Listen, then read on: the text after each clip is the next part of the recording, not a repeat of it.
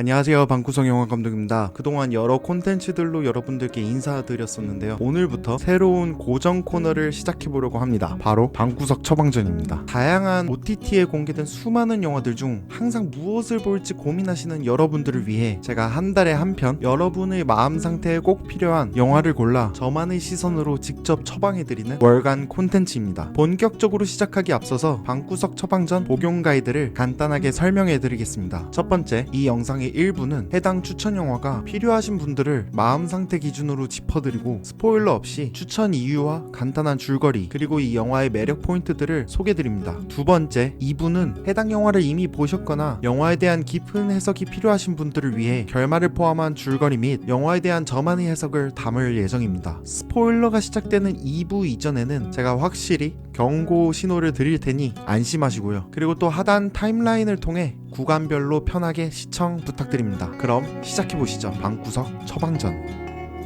네, 첫 번째 처방전입니다. 여러분 그럴 때 있지 않나요? 나를 세상에서 가장 사랑해주는 부모님이지만 정작 그분들이 어떤 슬픔을 안고 사는지, 또 나를 낳기 전에 어떤 꿈을 꿨는지, 이런 것들에 대해서 전혀 모른다는 생각이 들거나 혹은 궁금할 때요. 그래서 오늘 제가 처방할 약은 셀린 시아마 감독의 뿌띠마망입니다. 이 영화는 부모님이 그저 내 부모가 아니라 한 명의 사람으로 보이기 시작한 모든 어른아이들에게 꼭 필요한 약이라고 생각합니다. 특히 소중한 사람을 떠나보낸 뒤 그런 상실의 아픔을 겪고 있거나 그 슬픔 때문에 가슴 어딘가 답답하신 분들께 이 영화를 추천드리고 싶습니다. 그리고 또 요즘처럼 자극적인 영상들이 무수히 쉼없이 쏟아지는 세상에서 72분이라는 비교적 짧은 영화로 온기와 환기가 동시에 필요한 분들, 그리고 무엇보다 사랑하는 사람의 과거로 돌아가 따뜻하게 안아주고 싶은 모든 분께 이 처방전을 건네드리고 싶습니다. Au revoir. Maman, est-ce que je peux... 8살 소녀 넬리는 외할머니를 여의고 엄마 마리옹의 고향집을 정리하고자 방문합니다. 하지만 슬픔에 잠겨있던 엄마는 어느 날 새벽 갑자기 떠나버리는데요. Moi aussi, je suis triste. Dis-moi. Je vais pas dire au revoir. Elle est triste. 아빠와 홀로 남겨진 넬리는 엄마가 어릴 적 놀았다던 숲속 오두막을 찾아 나섭니다. 그런데 그 숲에서 자신과 똑 닮은 동갑내기 친구 마리옹을 우연히 만나게 되는데요. Comment tu t'appelles? Marion. 마리옹은 넬리를 자신의 집으로 초대하고 넬리는 그 집에서 묘한 기시감을 느낍니다.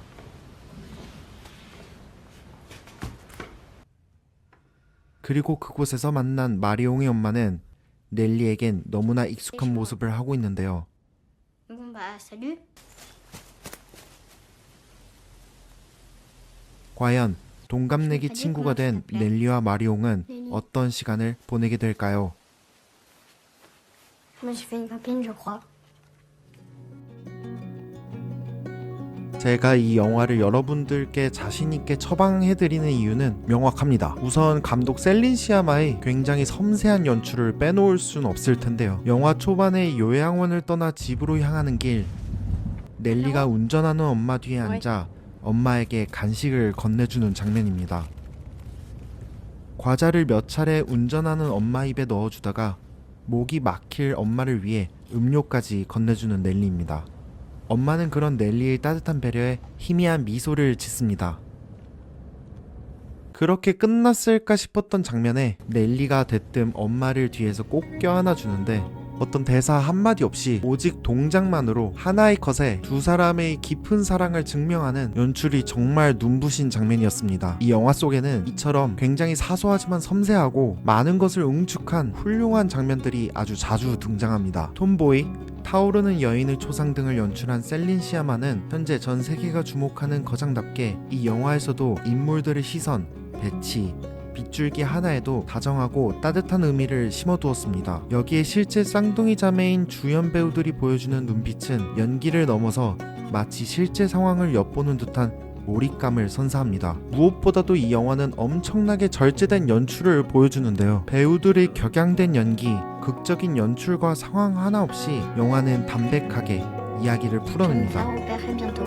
작별, 엄마와 딸 이런 굉장히 감정적인 소재를 가진 영화임에도 불구하고 영화는 끝까지 차분함을 유지하며 오히려 더 강렬한 힘을 관객들에게 전달합니다. 덕분에 혹시나 이 영화를 관람하면 감정적으로 너무 힘들어지는 거 아닌가? 따뜻한 걸 보고 싶지만 그렇다고 감정적으로 과도하게 소모하면서까지 영화를 보고 싶진 않아. 혹은 뻔한 심판은 너무 싫어. 이런 분들에게 딱 적합한 영화라고 생각합니다. 그리고 또 예술 영화이기 때문에 너무 어렵거나 철학적이지 않을까 이런 우려도 가지실 수 있을 텐데 굉장히 직선적이고 담백한 영화이기 때문에 그런 어려움에 대한 우려는 넣어두셔도 될 것 같습니다. 그리고 이 영화는 음악 대신 바스락거리는 낙엽 소리, 조용하고 포근한 집안, 쌀쌀하지만 개운한 숲을 사운드로 그대로 담아냈는데요. 그 탁월한 사운드 디자인과 영상의 조합이 영화를 보는 내내 마음을 깨끗하게 정화시켜 환기되는 기분을 안겨주고 또 따뜻한 기분도 느낄 수 있습니다. 마지막으로 이 영화는 단 72분이라는 굉장히 짧은 러닝타임 속에 군더더기 없는 마법 같은 순간들만 압축해서 담아내어 바쁜 일상 속에서도 부담 없이 깊은 여운을 즐길 수 있다는 큰 장점을 가진 영화입니다. 자, 여기까지 1부 노스포 처방전이었고요. 영화 뿌띠마망은 현재 왓챠에서 감상하실 수 있습니다. 그럼 이제부터는 결말을 포함한 줄거리와 영화에 대한 간단한 해석과 장면들을 이야기할 텐데요. 스포일러를 원치 않으신 분들은 지금 영상을 멈춰주시고 영화 뿌띠마망을 확인하시고 다시 찾아와 주세요. 자, 그럼 지금부터 2부 시작하도록 하겠습니다.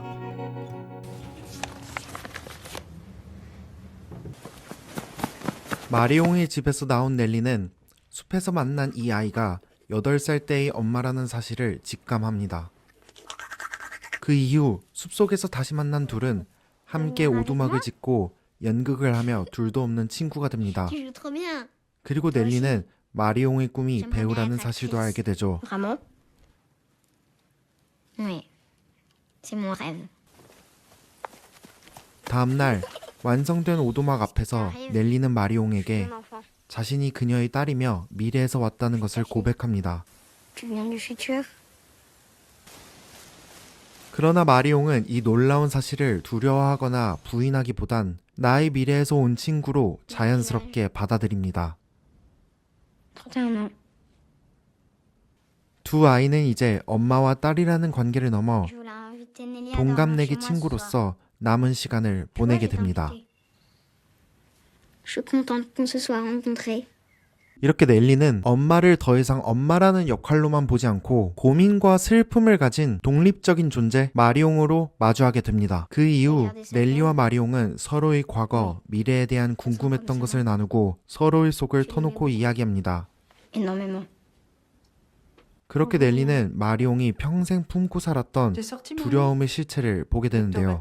평생 지팡이를 짚고 산 넬리의 외할머니이자 마리옹의 어머니처럼 자신도 아프게 될지 모른다는 공포가 8살 마리옹을 짓누르고 있었던 것입니다.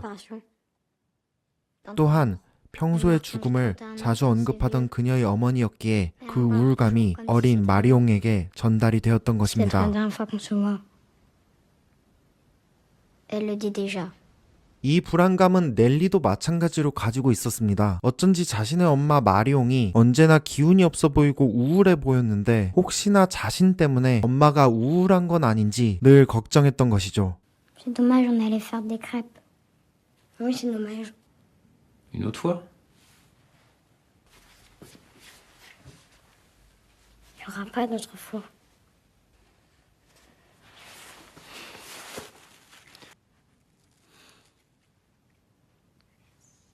마리옹의 생일이자 수술 전날 밤 넬리는 마리옹의 집에서 크레이프를 함께 만들고 어머니가 해준 요리도 먹고 생일 축하를 하며 편안한 시간을 보냅니다. 그리고 두 아이는 침대에 나란히 누워 이야기를 나누며 마지막 밤을 보냅니다. Ça ne m'étonne pas. Parce que je pense déjà. Tu pars à quelle heure à l'hôpital? Il dit, on a le temps de faire un dernier truc ensemble. C'est la musique du futur?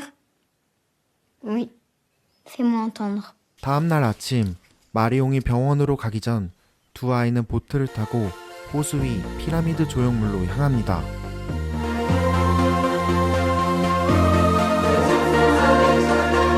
이 조형물은 8살 아이들의 안식처라고 생각이 들었습니다. 현실의 집에는 상실, 수술에 대한 두려움, 불안과 슬픔으로 채워져 있지만 이 호수 한가운데의 성 안에서만큼은 두 아이 모두 근심에서 해방될 수 있었습니다. 8살의 엄마와 딸이 오직 현재의 즐거움에만 몰입하는 어떤 시공간을 초월한 완벽한 자유를 상징하는 장면으로 다가왔습니다. 아쉽지만 그렇게 마법 같은 시간도 끝이 다가옵니다. Parce que tu es souvent malheureuse. Tu es pas souvent contente d'être là. Je crois que ce 짐을 n'est pas ta 챙기는 faute. 마리옹은 넬리에게 엄마의 우울감은 넬리의 탓이 아니라며 위로합니다. Tu n'as pas inventé ma tristesse. 수술을 위해 떠나는 8살 마리옹과 넬리는 서로를 껴안으며 작별하죠. Au revoir. 그리고 넬리는 할머니와도 마지막 인사를 나눕니다. 이는 현실에서 제대로 작별하지 못하고 떠나보낸 할머니를 향한 뒤늦은 하지만 진심 어린 애도이자 작별이었습니다. 그렇게 마리옹과 헤어진 후 다시 현재의 텅 빈 집으로 돌아왔을 때 그곳엔 떠났던 엄마가 돌아와 있었습니다. 텅 빈 거실 바닥에 나란히 앉은 두 사람. 넬리는 이제 엄마를 예전처럼 멀게 느끼지 않습니다. Ne t'excuse pas. 이때 넬리는 처음으로 엄마를 엄마로 부르지 않고 그녀의 이름 마리옹으로 부릅니다. Rien. 그리고 마찬가지로 엄마도 넬리를 부르며 그렇게 영화는 끝이 납니다. 엄마의 어린 시절을 함께 보낸 넬리는 이제 엄마를 엄마가 아닌 마리옹이라는 하나의 개별적인 인간으로 그녀를 마주하고 그녀를 받아들이고 안아줄 수 있었던 것이라고 느꼈습니다. 일부에서도 말씀드렸지만 이 영화는 감독의 섬세하고 절제적인 그리고 동시에 센스 있는 연출 기법, 편집으로 돋보였던 영화였는데요. Au revoir. Au revoir. Au revoir. Au revoir. 많은 작별들로 시작하고 Au revoir. 엄마와 딸이 아닌 각자의 이름으로 포옹을 하며 끝을 내는 영화의 구성부터 관객이 감정적으로 동요되는 순간 씬을 과감히 넘기는 편집 기법,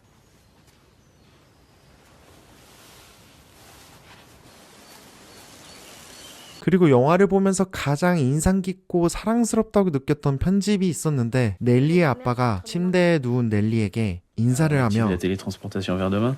내일로 순간이동 해볼까? Ouais. 하며 스위치를 끄자 순식간에 다음날로 이동하는 그 편집은 정말 사랑스럽고 미소를 짓게 했던 편집 연출이었습니다. 쌍둥이 아역 배우들의 연기도 굉장히 놀라웠는데 특별히 많은 것을 하지 않더라도 이미 많은 것들을 눈에 담고 보여주는 연기가 감독의 역량이 대단하다는 것을 증명했습니다. 여러분들은 이 영화의 어느 장면이 좋았는지 혹은 영화가 어떻게 다가왔는지 궁금합니다. 댓글로 남겨주세요. 네, 이렇게 첫 방구석 처방전을 끝내보려고 하는데요. 오늘의 첫 번째 처방전 어떠셨나요? 앞으로 한 달에 한 편 여러분들의 마음을 어루만질 그런 영화들을 들고 다시 찾아오겠습니다. 그렇다고 해서 항상 마음이 따뜻해지는 보기 편안한 영화만을 추천드리는 건 아니니까요. 앞으로 어떤 작품을 들고 올지 많은 기대 부탁드리겠습니다. 마지막으로 영화 뿌띠마망을 통해 여러분도 소중한 누군가와 혹은 여러분 자신과 조금이라도 더 화해할 수 있는 그런 시간이 되셨길 바랍니다. 오늘의 영상이 도움이 되셨다면 좋아요와 구독 부탁드리고요. 그리고 또 처방이 필요한 일상 속 고민이 있다면 댓글로 편하게 남겨주세요. 뭐 예를 들어서 무기력한데 무기력을 타파시켜줄 혹은 내 무기력을 위로해줄 그런 영화 있을까요? 이런 식으로 해주시면 될 것 같습니다. 네, 저는 다음 달 또 다른 처방전으로 돌아오도록 하겠습니다. 네, 지금까지 방구석 영화 감독이었고요. 그럼 다음 영상까지 행복하세요.